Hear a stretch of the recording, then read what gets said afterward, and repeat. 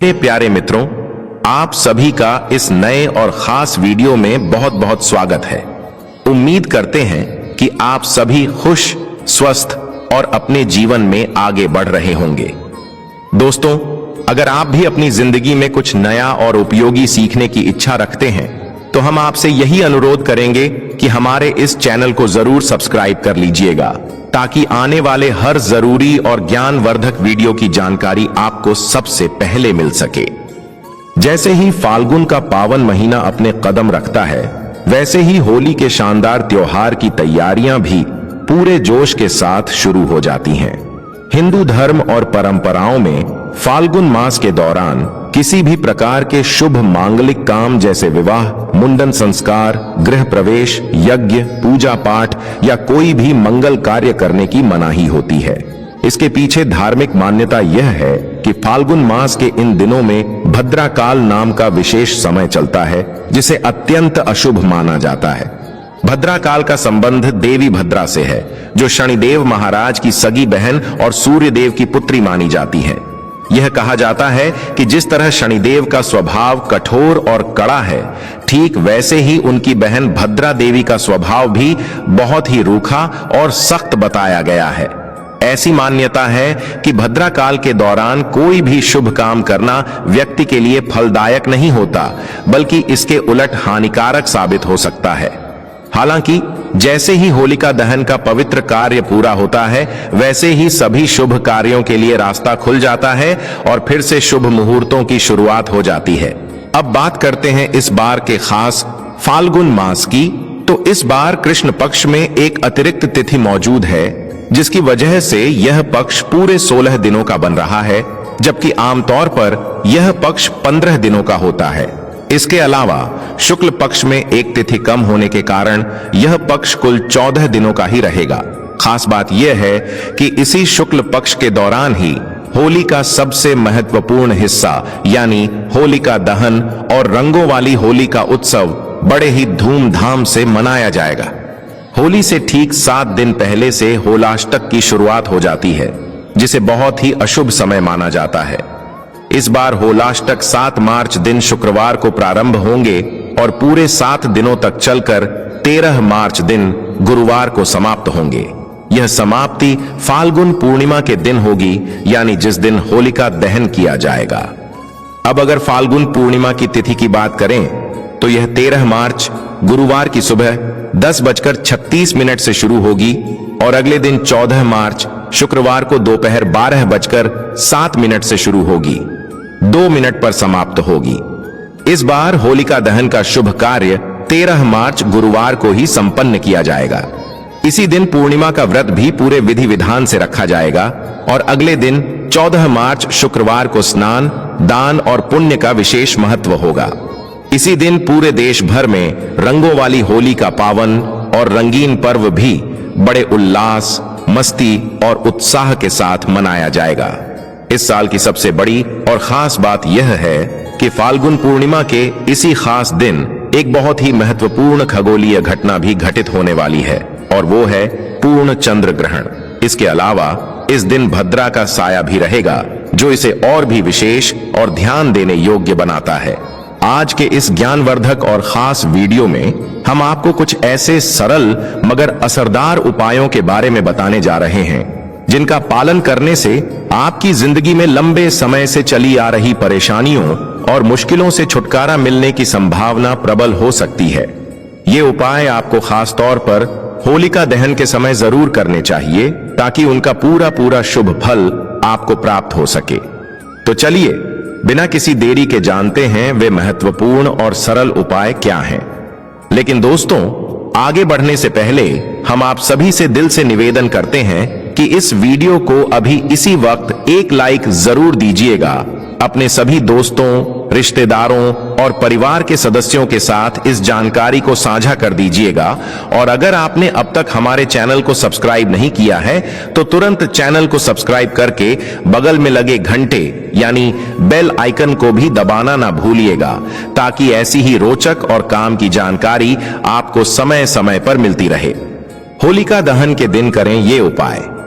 दोस्तों, अगर आपको ऐसा महसूस हो रहा है कि आपके जीवन में काफी समय से लगातार परेशानियां बनी हुई हैं, एक मुश्किल खत्म होती नहीं कि दूसरी परेशानी दरवाजे पर खड़ी हो जाती है, काम बनते बनते बिगड़ जाते हैं, कोई भी शुभ कार्य बिना बाधा के पूरा नहीं हो रहा है, तो आपको इस बार होलिका दहन के शुभ अवसर पर एक बहुत ही आसान और असरदार उपाय जरूर करना चाहिए। इस उपाय में आपको अपने पूरे परिवार के सभी सदस्यों के साथ मिलकर, यानी घर के बड़े बुजुर्ग, माता पिता, भाई बहन सभी मिलकर होलिका माता की पूजा करनी है। और जब होलिका दहन की पवित्र अग्नि प्रज्वलित हो जाए तो उसमें शुद्ध देसी गाय का घी अर्पित करें। साथ ही 2 साबुत लौंग, सफेद बताशे, हल्का सा कुमकुम और एक सूखा नारियल भी होलिका माता को समर्पित करते हुए अग्नि की ठीक 11 बार परिक्रमा करें।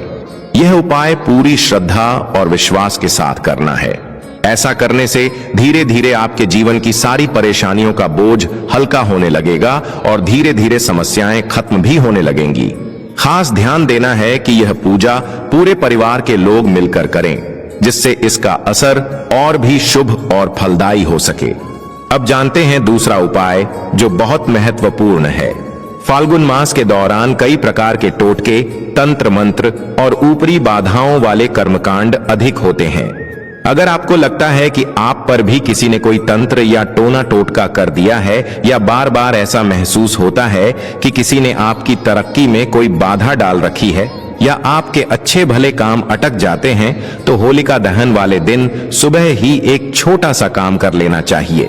एक छोटा सा काले कपड़े का टुकड़ा लें और उसमें थोड़े से काले तिल बांधकर एक पोटली तैयार कर लें। इस पोटली को दिन भर अपने पास रखें, चाहे जेब में रख लें या किसी सुरक्षित स्थान पर। फिर रात को जब होलिका दहन की पूजा करें तो इस पोटली को विधिपूर्वक होलिका की पवित्र अग्नि में समर्पित कर दें। यह उपाय करने से कोई भी तांत्रिक या नकारात्मक शक्ति जो आपके आसपास होगी, उसका प्रभाव समाप्त हो जाएगा और भगवान नरसिंह जी की विशेष कृपा से हर प्रकार की बुरी नजर और नजर दोष से भी मुक्ति मिल जाएगी। साथ ही भविष्य में कोई दुश्मन, कोई विरोधी या कोई ईर्ष्यालु व्यक्ति आपका कुछ भी नुकसान नहीं कर पाएगा। अब बढ़ते हैं तीसरे उपाय की ओर, जो खास तौर पर उन लोगों के लिए है जिनके जीवन में शत्रु लगातार परेशानियां खड़ी करते रहते हैं। कभी आपको स्वास्थ्य संबंधी दिक्कतों में उलझा देते हैं, तो कभी किसी बुरी नजर का शिकार बना देते हैं, जिससे आप बार बार बीमार पड़ जाते हैं और कोई भी इलाज पूरी तरह कारगर नहीं हो पाता। ऐसे में होलिका दहन की पूजा के समय आपको एक बहुत ही सरल चीज करनी है। आपको बाजार से गोमती चक्र लेकर आना है और पूजा के समय उस गोमती चक्र को अपने साथ लेकर होलिका की जलती हुई पवित्र अग्नि के ठीक 7 चक्कर लगाने हैं। इसके बाद यह गोमती चक्र भी होलिका की अग्नि में समर्पित कर देना है। ऐसा करने से आपकी बुरी नजर, शत्रु बाधा और लंबे समय से चली आ रही बीमारियों से धीरे धीरे छुटकारा मिलना शुरू हो जाएगा और आपका स्वास्थ्य भी पहले से अच्छा और मजबूत होने लगेगा। अब बात करते हैं चौथे और आखिरी उपाय की, जो खास तौर पर उन लोगों के लिए है जिनका व्यापार लंबे समय से ठीक से नहीं चल रहा है। पैसे की तंगी हमेशा बनी रहती है, पैसा हाथ में आते ही खर्च हो जाता है और बचत कभी नहीं हो पाती। इसके अलावा घर में हर समय किसी न किसी बात पर झगड़े, क्लेश और तनाव का माहौल बना रहता है, तो आपको यह उपाय जरूर अपनाना चाहिए। इस उपाय में होलिका दहन की पूजा संपन्न होने के बाद जब अग्नि शांत हो जाए तो उसमें से थोड़ा सा राख इकट्ठा कर लाएं। इस राख को आप अपने व्यापार स्थल, दुकान या ऑफिस में रख सकते हैं। इसके लिए उस राख को थोड़ा सा नमक मिलाकर किसी छोटे कपड़े की पोटली बनाकर अपने दुकान के गल्ले या किसी साफ स्थान पर रख दें। अगर घर में सुख शांति चाहते हैं तो इसी राख को तुलसी के गमले में मिट्टी के साथ मिला दें और प्रतिदिन तुलसी के सामने दीपक जलाएं। इस उपाय से घर के सभी सदस्यों पर लगी बुरी नजर और घर पर मौजूद नकारात्मक शक्तियों का प्रभाव धीरे धीरे खत्म होने लगता है।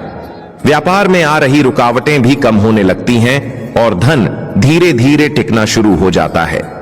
इसके अलावा अगर आपको लगता है कि घर में किसी तरह का भूत प्रेत बाधा या डरावनी शक्ति का साया है, तो होलिका दहन के दिन से ही रोज बजरंग बाण का पाठ शुरू कर दीजिए और इस पाठ को बिना रुके पूरे 40 दिनों तक नियमित करें। यह उपाय करने से आपके घर, परिवार और जीवन में मौजूद हर प्रकार की नकारात्मक शक्ति, बुरी आत्मा, भूत प्रेत और अज्ञात भय पूरी तरह खत्म हो जाएगा और आपको मानसिक शांति और सुरक्षा का एहसास भी होगा। अब आपसे एक छोटी सी विनती है, कमेंट में ओम नरसिंहाय नमः जरूर लिखिएगा, जिससे हमारी इस जानकारी का पुण्य फल आपको भी प्राप्त हो सके और आपके जीवन में शुभता बनी रहे। तो दोस्तों, आज के इस खास जानकारी से भरे वीडियो में बस इतना ही। अगर आपको यह वीडियो अच्छा लगा हो तो कृपया इसे लाइक जरूर कीजिएगा, अपने परिवार और दोस्तों को भी भेजिएगा ताकि उन्हें भी ये महत्वपूर्ण जानकारी मिल सके।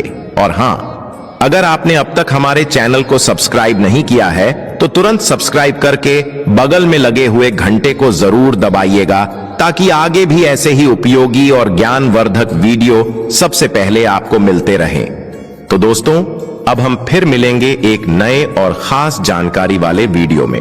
तब तक के लिए आप खुश रहें, स्वस्थ रहें, सुरक्षित रहें और हमारे साथ जुड़े रहें। धन्यवाद।